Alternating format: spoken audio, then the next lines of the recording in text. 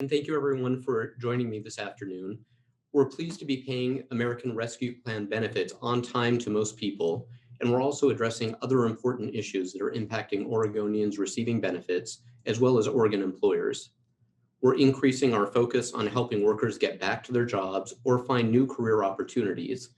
And we're still supporting people who remain unable to go back to work yet without putting themselves, their loved ones, or their communities at risk of COVID-19. We're proud to be one of the many approaches used to support people while controlling the spread of COVID-19 during this pandemic. We also know that the programs that we administer are complicated, and we need to do more to communicate with our customers. We're creating more ways to get accurate information out, including our updated fraud landing page. Yesterday, the Employment Department released the February unemployment rates and job estimates for every county in Oregon. We've talked quite a bit about the different impacts of the pandemic recession, particularly how it's differently impacted people depending on their gender, race, and ethnicity. Differences in employment impacts during both the downturn and the recovery are also evident across different geographic areas of the state. In the spring of 2020, Oregon's coastal counties were particularly hard hit by the pandemic. Lincoln and Clatsop counties lost the largest shares of their total employment, with 1 out of 4 jobs being cut in just 2 months. The other most highly impacted counties, including Hood River, Deschutes, and Tillamook, were also ones more heavily reliant on leisure and hospitality. When we look at the recovery of jobs to date, Multnomah County remains the furthest below the pre-recession peak employment. While Oregon as a whole has regained 46% of the jobs that were lost in the recession, Multnomah County has recovered just 25% of the 82,000 jobs lost last spring. 2 other metropolitan counties, Benton and Lane, are also among the lowest in terms of jobs regained at 27 and 33% respectively. Each of the 10 counties that had the lowest initial job losses by percentage during the onset of the recession were east of the Cascades. And in February, 4 counties, Gilliam, Morrow, Harney, and Wallowa, had seasonally adjusted total non-farm employment that was actually above their pre-pandemic levels. We have a lot more county level data available on our research division's website at qualityinfo.org. And moving from talking about the general economic conditions to the benefits that we're administering, well, we're pleased to be one of the first states paying benefits under the American Rescue Plan extension without delays to most people. We know some people are still waiting to have their unemployment claims processed and resolved, including some that have issues around shifting between benefit programs. We've seen more than a 50% increase from February in new claims being filed. We know that many people have reached the 1-year mark with their regular unemployment or PEUC claims and need to file new claims for benefits. We expect that number of new filings of claims to continue increasing.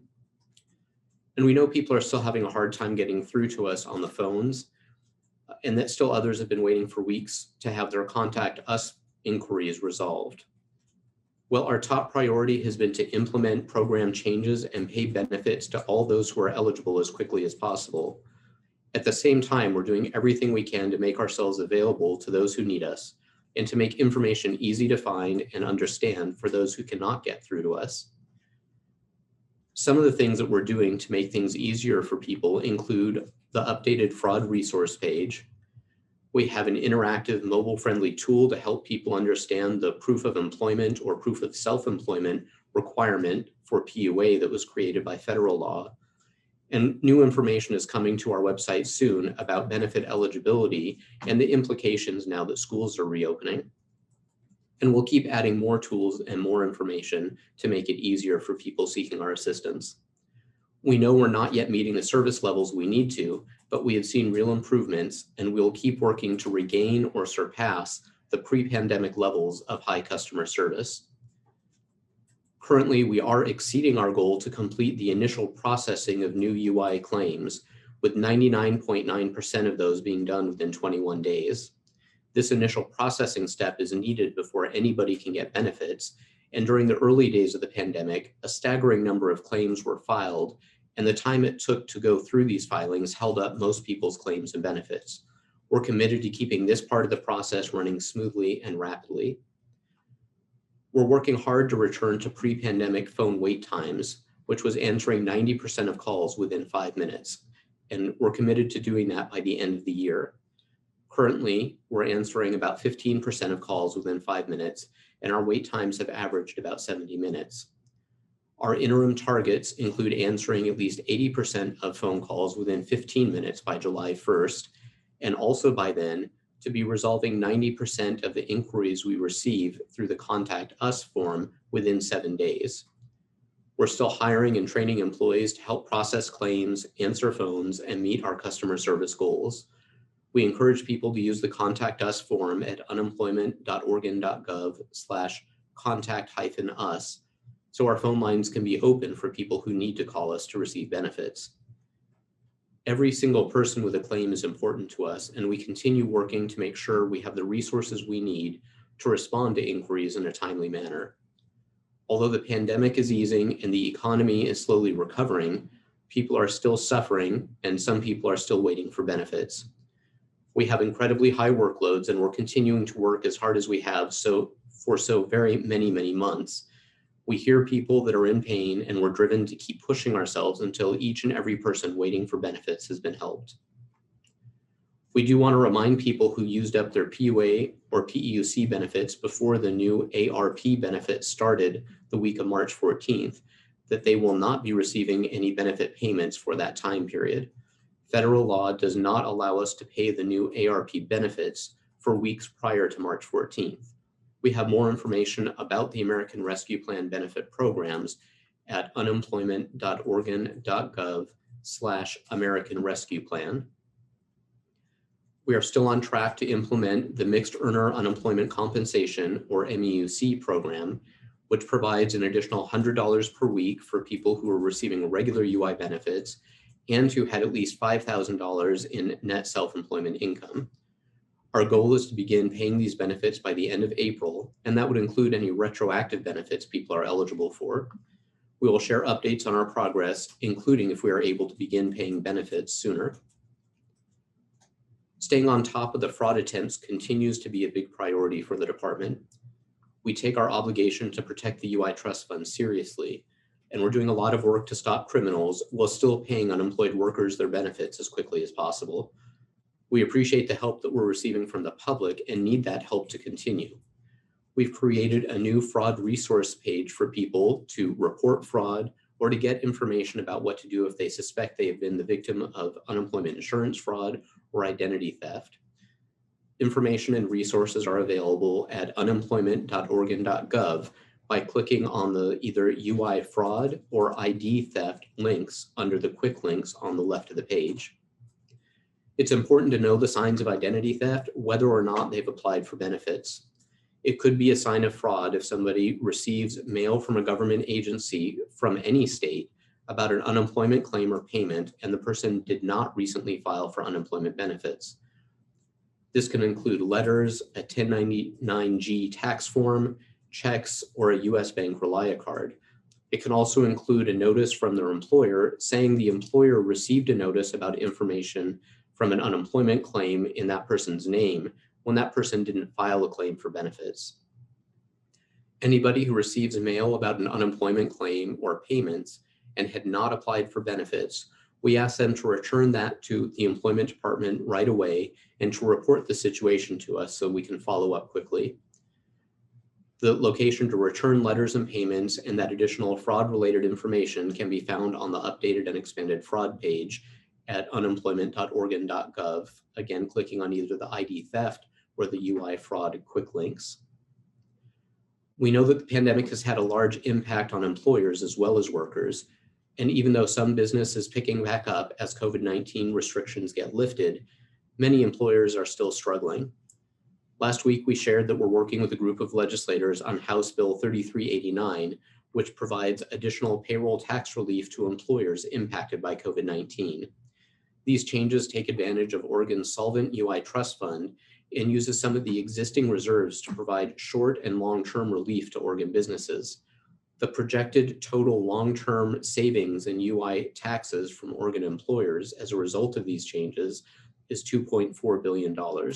And we continue to work with legislators and employer groups to protect the solvency of that unemployment insurance trust fund and provide assistance to employers impacted by COVID-19. We have another webinar on Thursday, April 1st that will be in Spanish and will be focusing on the American Rescue Plan benefit extensions, on expired claims, PUA expansion, and the new online initial claim application that is available in Spanish. To register for the webinar and to view any prior webinars, you can visit unemployment.oregon.gov/webinars. In terms of the benefits that we've paid out and people that we've assisted during the pandemic, from March 15th of 2020 through March 30th of this year, we have paid $8.4 billion to more than 575,000 people. That covers 12.4 million weeks worth of benefits. Last week, we paid about $123 million to 153,000 people. The total benefits we've paid includes $707 million in PUA benefits to just under 105,000 people. And we're looking forward to helping more people get back into the workforce and working with our partners to help make that happen. I hope that people are staying healthy and are able to get vaccinated and are beginning to see some of the benefits of our improving economy. For more than a year, our employees have worked overtime and weekends to make sure people receive benefits as quickly as possible and to protect our trust fund from fraudsters. I offer a heartfelt thank you to all of those employees and am happy to try to answer any questions that you may have. Now we are opening the lines to members of the media to ask questions. We will call on you in the order you RSVP'd. Remember, if you are joining us by phone, be sure to hit *6 to unmute yourself. If you don't get your question answered, please email oed_communications@oregon.gov. And the first question is from Peter Wan with Pamplin Media. Go ahead, Peter. Okay, can you hear me now? Can. Okay. House Bill 3389, which you just referenced, gets its first hearing, I believe, tomorrow. Do you anticipate as an agency asking for other legislation other than what's in the budget? And I think we discussed that at the time the governor presented her budget. Do you anticipate any other legislative requests other than maybe those of a technical nature for legislation from the state legislature? We don't anticipate any kind of programmatic changes to the unemployment insurance program other than the ones that are already being talked about. And I think probably the tax bill and the overpayment collection bill are, along with the earnings disregard bill, are probably the most substantive ones. There are a couple others that are more technical about how we administer the programs, but we're not anticipating other policy bills regarding the unemployment benefit programs. Okay, I understand that maybe you can clarify this, although it's not really within the employment department's province, that the state is taking steps for those who have not yet, for those who have filed their taxes. I am not one of those, but for those who have filed their taxes to take account of the federal exclusion that was put into the recent bill.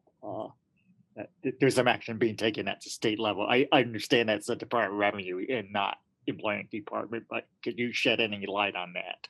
I really don't have much additional information. I know that they are looking at that and that our partners at the Department of Revenue are really focused on doing what they can to help people.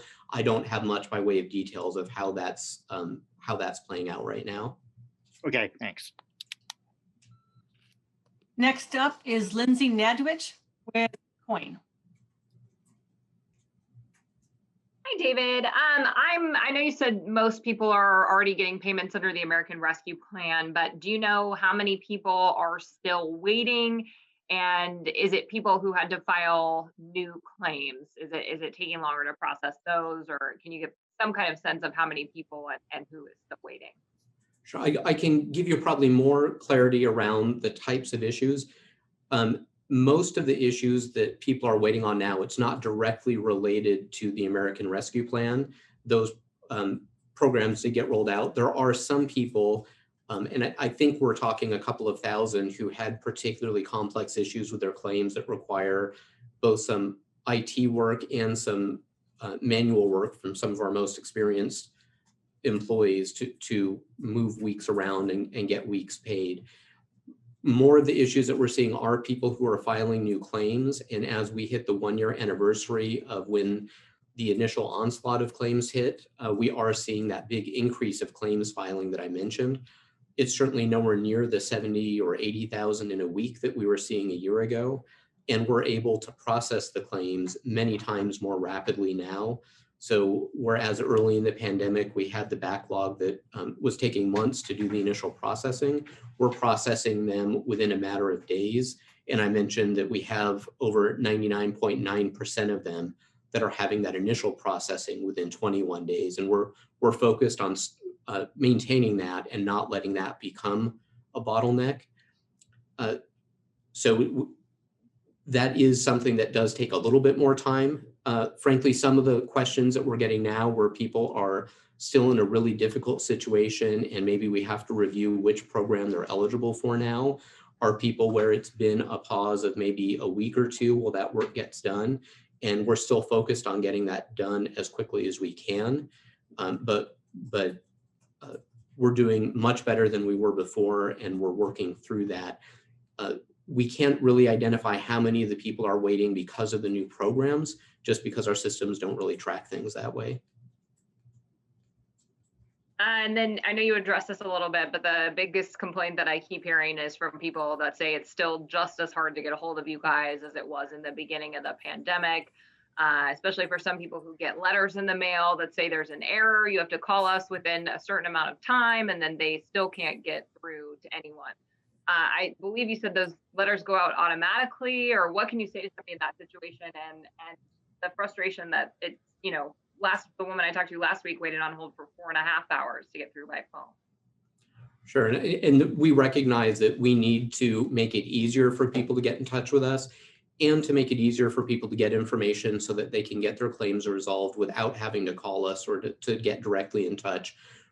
We do have the Contact Us form, and we encourage people to do that because it lets us help people more efficiently, and also they don't need to wait on hold. We do just still have a staggering number of people that are relying on benefits, and we're focused on working through them as quickly as possible. The notices that go out that we can adjust, we have. We're looking at other ways to try to improve the communication. I mentioned some of the new tools that we've rolled out just this week. We're also looking at providing some supplemental inserts with some of the automatically generated letters to provide a little bit more clarity. And we've taken to doing some social media posts and giving some information on our website when we know that there are a large number of certain types of letters going out, trying to give more clarity to people about what they should do in that particular situation. It really right now is the thing that we need to do is to get our incredibly dedicated employees more experience across the broad range of ever-changing programs, and we're doing that, and we're continuing to add more employees. So that really is one of our big focus areas right now, is improving that customer service to where it's just easier for people to get through to us when they have to.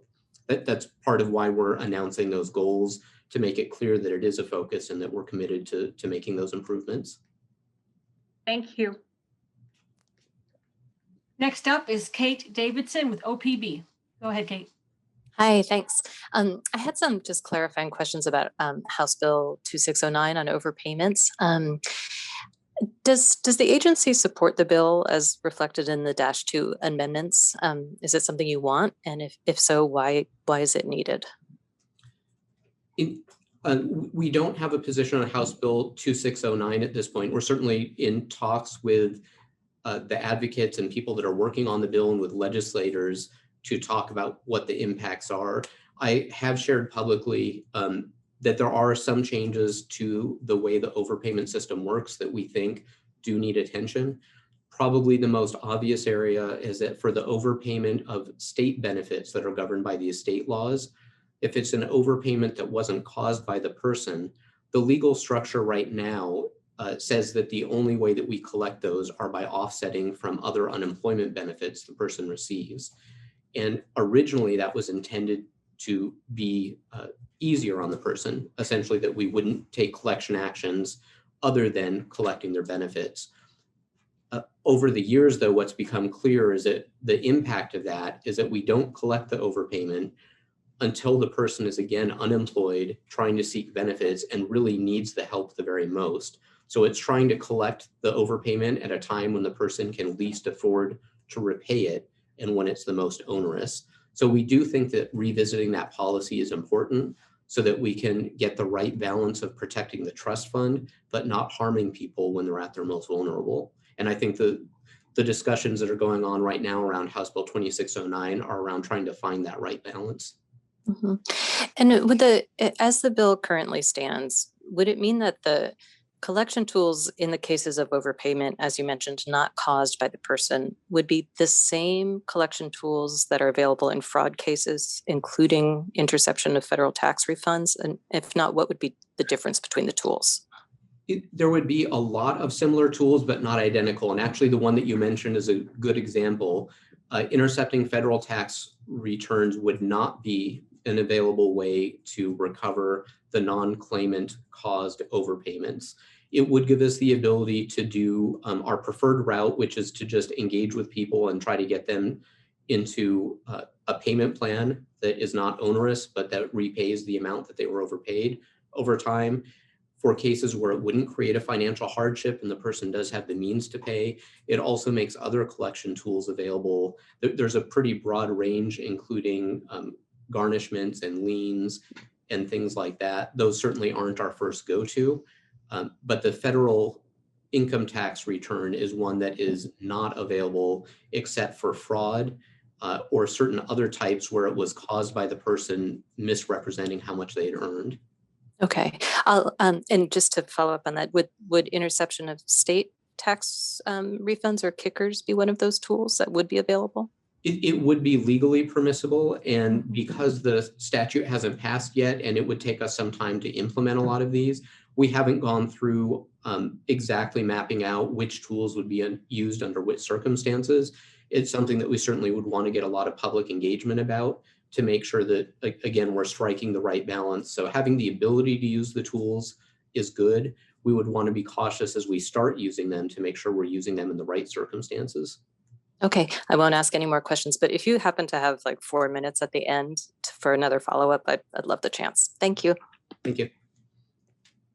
Next up is Keaton Thomas with KATU. Chat with us. I know you've probably answered these questions before, but I'm revisiting them related to modernization.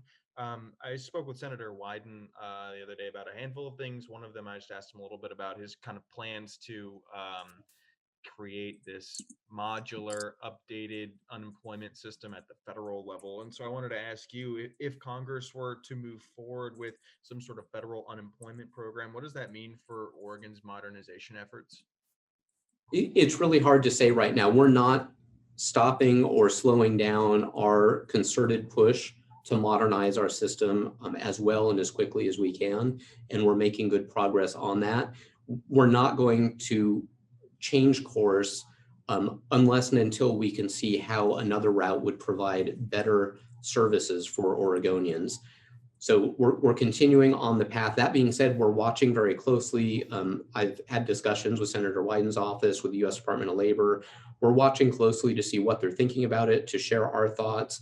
And certainly if there's opportunities for us to make things more effective, more customer friendly, less expensive, more secure for Oregonians by using a federal modular system like they're exploring, we certainly would want to take advantage of that. So we're watching closely, but with the timeline and outcome of that look at the federal level being pretty uncertain at this point, we really can't say what impact it might have.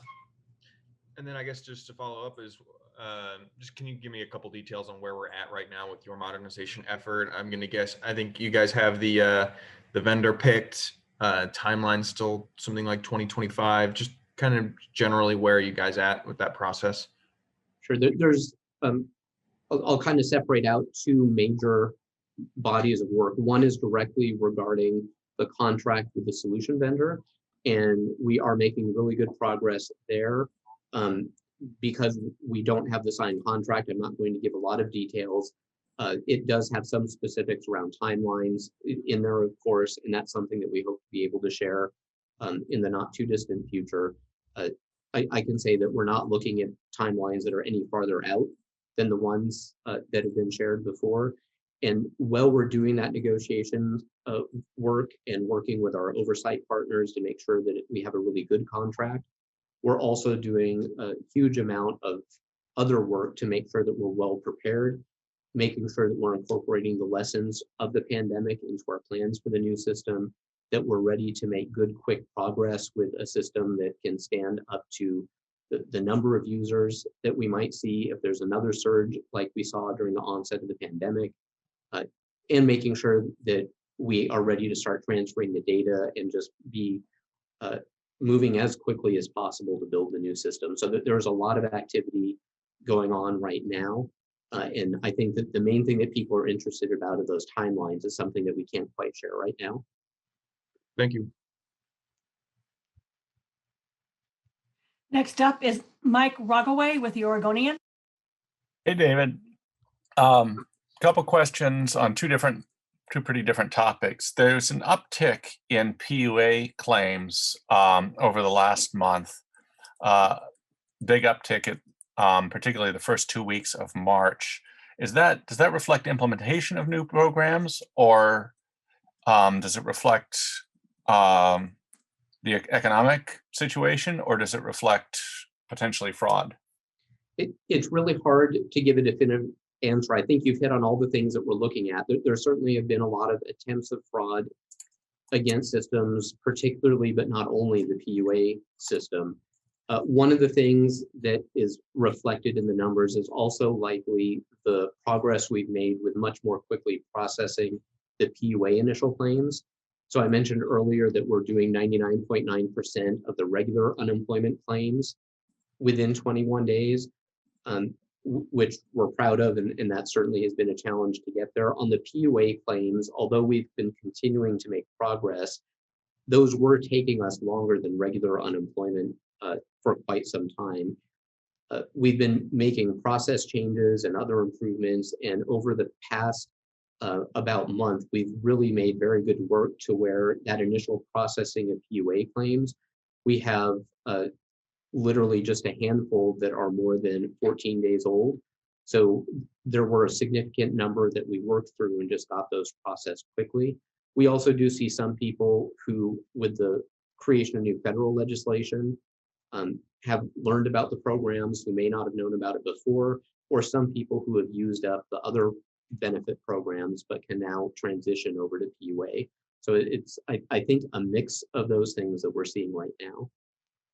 Okay, good, thank you. And then I wondered, on an unrelated note, we've talked many months ago about callback systems and things like that to make things more efficient, and the fact that your systems still direct people to call numbers that they can't get through on because of the automated nature of the systems. Is it possible to include a note in the envelope or something like that that refers to people to the contact us form and encourages them not to call? We are looking at, as I mentioned, at those inserts, and that's certainly something that we will look at. I will say, and I'm not trying to minimize the challenges that we're having with the phone system and people being able to contact us, because that is a major focus for us. We are continuing to increase the number of calls that we're handling each week.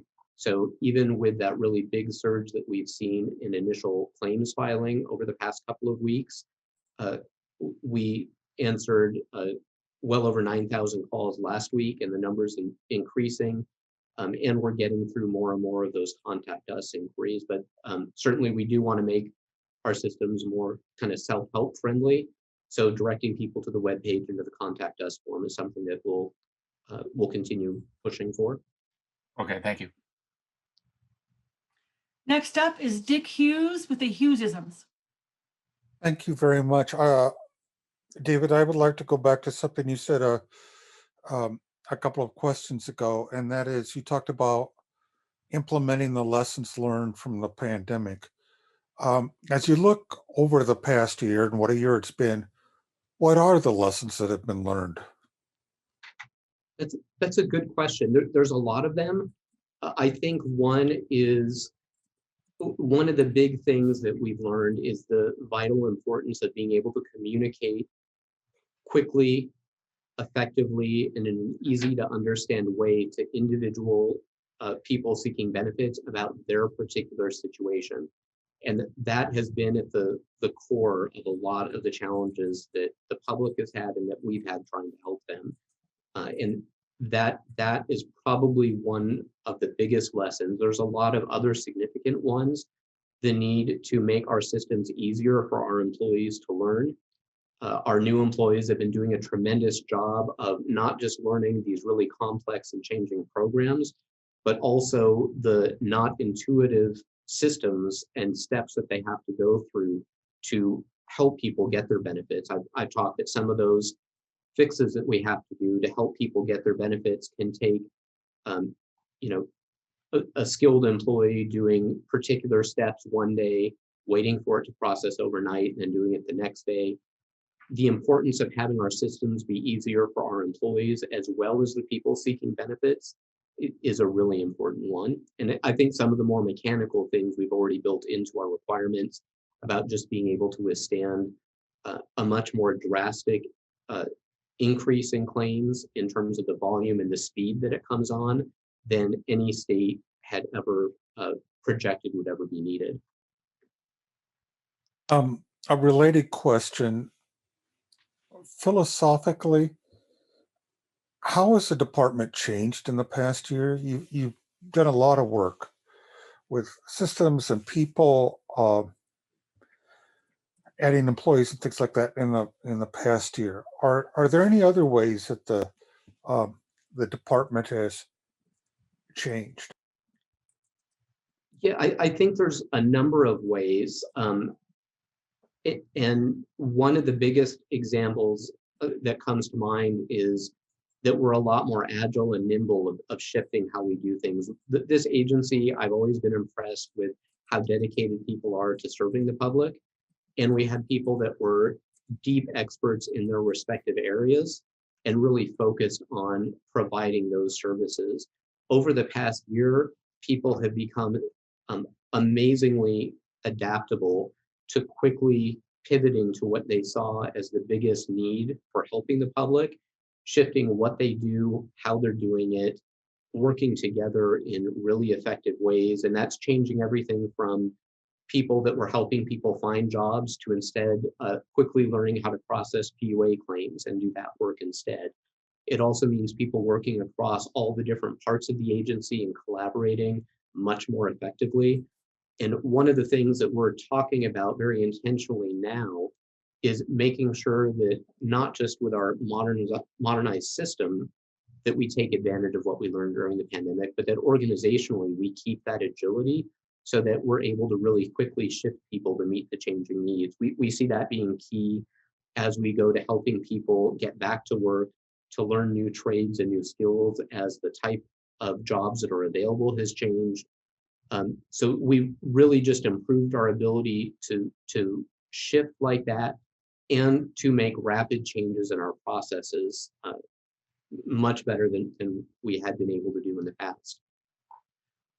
Thank you very much. Mm-hmm. Next up is Bill Poehler with the Statesman Journal. Yeah, hey, David. Can you hear me? I can, go ahead. Okay, thanks. So you were talking about staffing and hiring the new employees with the department, say in the past year, especially this time last year when everything went kind of sideways. Where did that money come from? Where does that money come from to hire the extra staff? And is that from the state, or is that from the employers, or is that from where's that? Most of the money that our agency has for administering our programs comes from the federal government. So we're talking primarily about the benefit programs. Most of that comes from the federal government for an unemployment insurance administrative grant. For years and years, there's been a challenge because that doesn't fully pay the cost of running the unemployment program. which is one of the underlying challenges that led to not being able to move as quickly during the onset of the pandemic. So we do have some supplemental dedicated state funding sources. These aren't state general funds. They come, for instance, from some penalties and interest.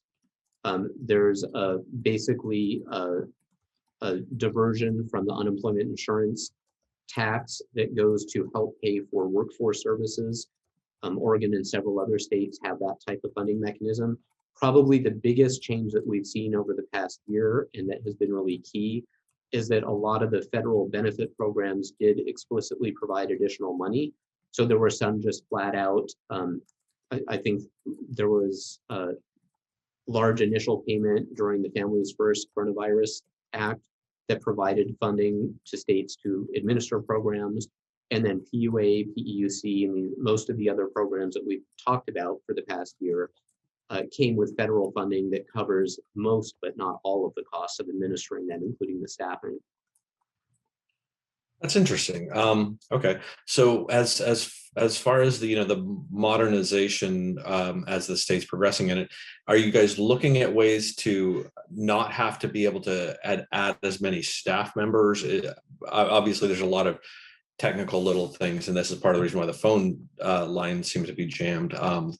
But is that part of it, not having, or to be able to do this work without having to add, say, hundreds of employees at a time? Sure. Yes, I think the modernized system will let us scale up more quickly with being less dependent on adding more employees. A couple of important points, though, are even the modernized states that have the most current systems had to do mass hiring because of the scale and speed of this recession. So even once modernized, if we were in this type of situation again, we would still be hiring hundreds of employees. They would be able to learn the systems much more quickly and be up to speed much more quickly. And a lot of what our employees are doing, not only would their work be quicker, but a lot of the work that we do would essentially be things that people could do themselves through self-help. So there would be a lot less need for us to have employees to do some of the more routine tasks. So we do think that it will make us much more agile, able to scale up without being so dependent on just adding more people. One of the best examples is probably the PUA program, where we were having to manually key those weekly certifications and for WorkShare at the beginning of the pandemic. And we quickly got hundreds of people doing that work. But in a modernized system, most of that entry of weekly certifications would be done by people when they just filed their weekly claim. Cool. Thanks, David. Okay, and next is Amber Rodriguez with KTVL 10. My question was answered. Thank you. Thank you, Amber.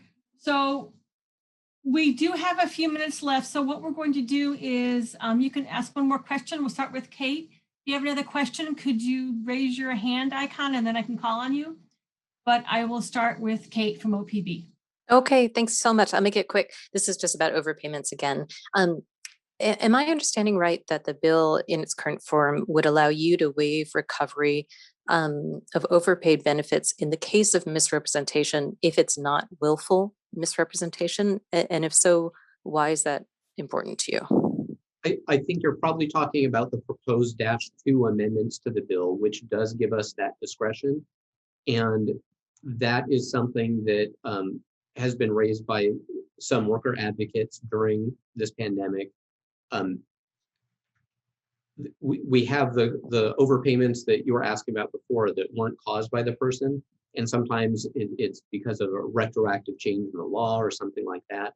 We also have the other category where it's pretty clear that people have committed fraud and they've really intentionally done something. This middle category that you're asking about now is when somebody has given us some inaccurate information, but they may not have done it intentionally. And I think there's a concern again about looking at that balance of protecting the trust fund, but not harming people if it would be unduly onerous to collect them. So we think that the balance is different when the overpayment was caused by the person, but we still think that there is some room there to talk about where the balance should be. and for us to have some flexibility to not always have to offset or not always have to offset all of the benefits. Thank you. And next we have Dick Hughes. Thank you very much. David, you've answered this before, and I apologize that neither my notes nor my memory are clear enough. You said 99.9% of the regular UI claims are processed within 21 days. Could you once again explain what processed means as opposed to how soon people will receive benefits? Thank you. Sure. That processing is an essential part of the step that has to happen for people to get benefits. And for many people, that's all that needs to happen, other than them continuing to meet weekly eligibility requirements and filing. It's really when we look at somebody's claim, we look at how much at their work history and their earnings history to see if they're eligible for benefits in the program that they applied for. And we either conclude that they were and how much in weekly benefits they can receive, or if we conclude that they were not eligible and we provide them notice of that. And sometimes that can include things like waiting to get information from other states about their earnings if they worked in another state, or federal earnings. So there can be lots of other issues that we have to look at, but it's some of that core verifying who someone is, what their work history is, and whether they're eligible for benefits in the program that they applied for. Does every claim get a manual check by a person, or some just processed by computer? We do have some that go through without a manual review. And we have certainly different stages of manual review for the ones that do get looked at. And those are some of the areas that we've made some real changes and improvements on during the course of the pandemic.